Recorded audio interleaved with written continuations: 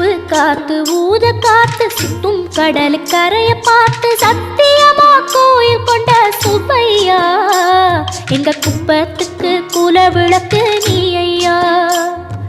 வாட காத்து வீச பார்த்து அலையை எதிர்த்து வலைய போட்டு மீன் பிடிக்கும் தொழில் நடக்குது முத்தையா.